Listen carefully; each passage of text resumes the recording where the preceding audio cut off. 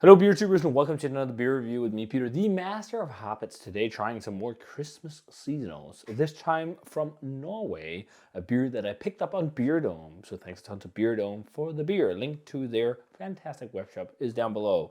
Why do you check them out? Because if you follow me on Instagram, you will see that they got a side project and I got Pepin and Minkle BBT on there, Phase Rule, and a continuous blend and parallels from Shared. The fact that these kind of beers make it to Europe, what the hell? Hype is dead. So now we get distribution. That should be one of the things for the new year. Hype being even more dead, so we get rid of the secondary market and you can get things like this all over.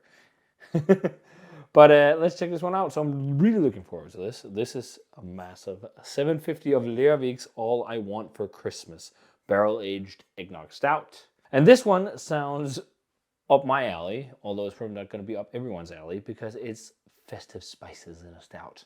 I love it personally. I love big Imperial stouts in barrels with cinnamon, nutmeg, all these kind of ginger, whatever, imitating Christmas pastries and stuff. I love it.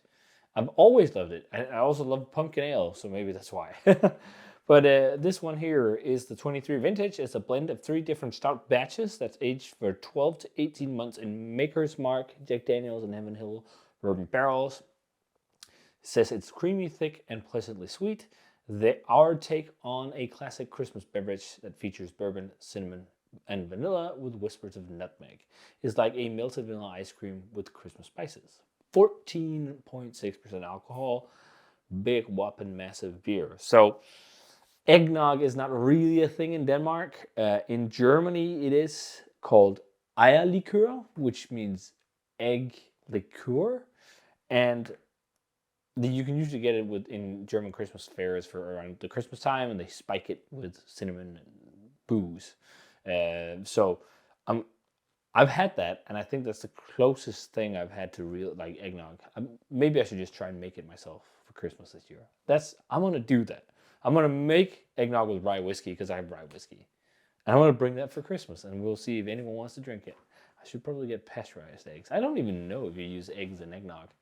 At least I don't know. But what's weird about this, if you read the description, it's made with eggs. It's like, how the fuck do you put eggs in a beer? So it says it's made with water, barley malt, oats, hops, vanilla, cinnamon, nutmeg spice, egg, milk, and yeast. Egg, milk, and yeast. Did they pour eggs and milk into this? I don't know.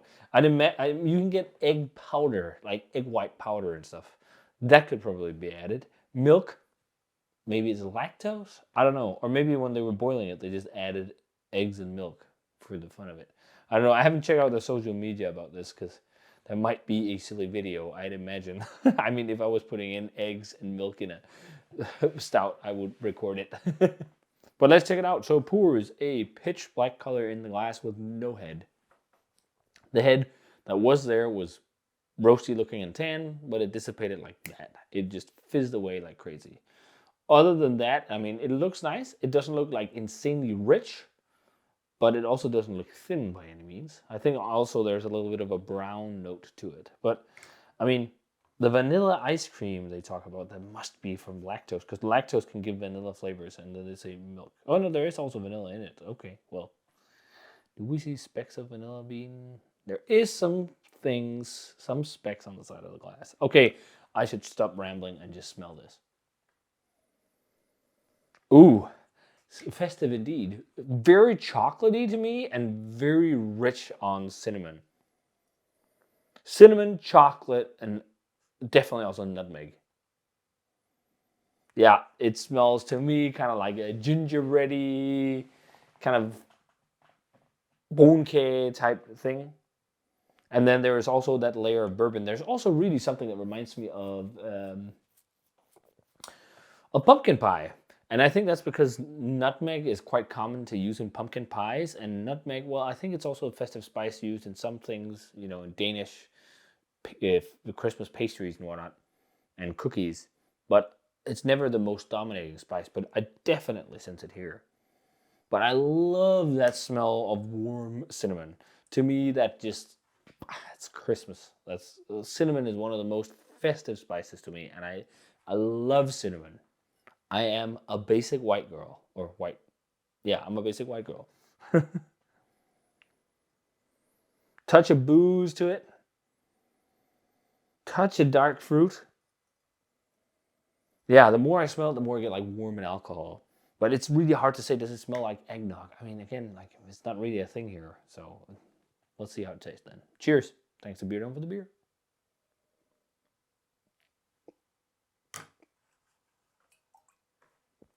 Highly carbonated. Too high carbonation for my taste, actually, in this kind of beer. Loads of cinnamon and nutmeg. Loads. Wow. I actually didn't expect it to have this much nutmeg. Like, it says a kiss, or what is it? Whispers of nutmeg. To me, there's loads of nutmeg. Almost reminds me of like making bechamel sauce. It's full, but it's not per se rich. I think that could be a combination of adjuncts and barrels drying out the beer, often using festive spices. That will make a beer feel drier.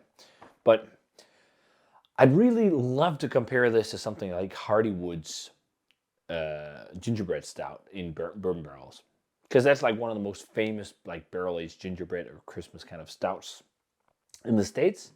And I'd imagine it'd be something along the lines of this. It's actually pretty tasty. It's pretty good. Like it, for me, Imperial stouts doesn't necessarily need that sludgy mouthfeel, as long as like the base is strong enough to support the entire beer.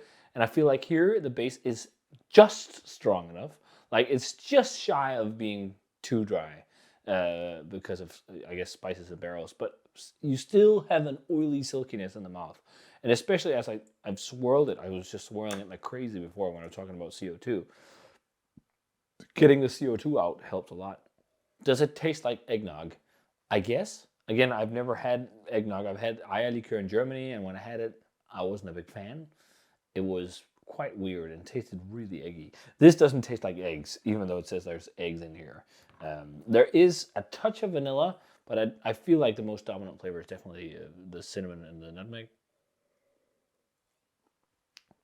with like warming kind of bourbon flavors. It's almost like a little bit like if you get some of these festive flavored bourbons or whiskeys, or even maybe not Baileys, but you can get like you can get some flavored whiskeys, and like Jack Daniels, there's loads now. There's like honey Jack Daniels, and there's a cinnamon one, and there's an apple one, and even who else does it? Jim Beam just does it a lot too. And there's actually connotations to something like that a little bit.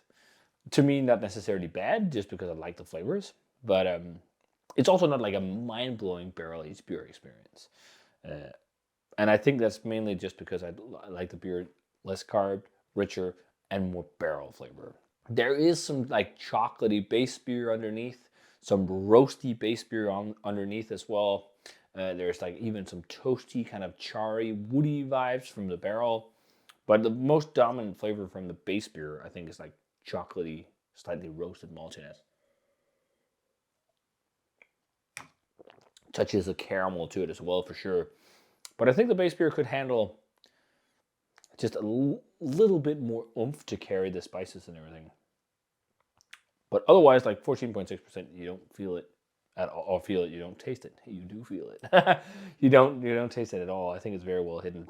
If you love festive spices in beers and you love barrel-aged beers, I think this is actually a must check out, because it really nails Christmas flavor. Of all the festive beers I've reviewed this season, and also with the Grand Christmas calendar, this is probably the most festive one, besides maybe two others that was also in the calendar.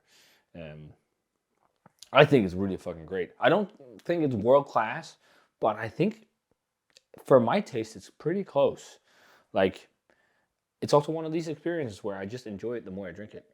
But you got to be a lover of cinnamon and nutmeg in your beer. And the more you drink it, the more the nutmeg also becomes a whisper, also with the carbonation dying down, and the cinnamon is more forward.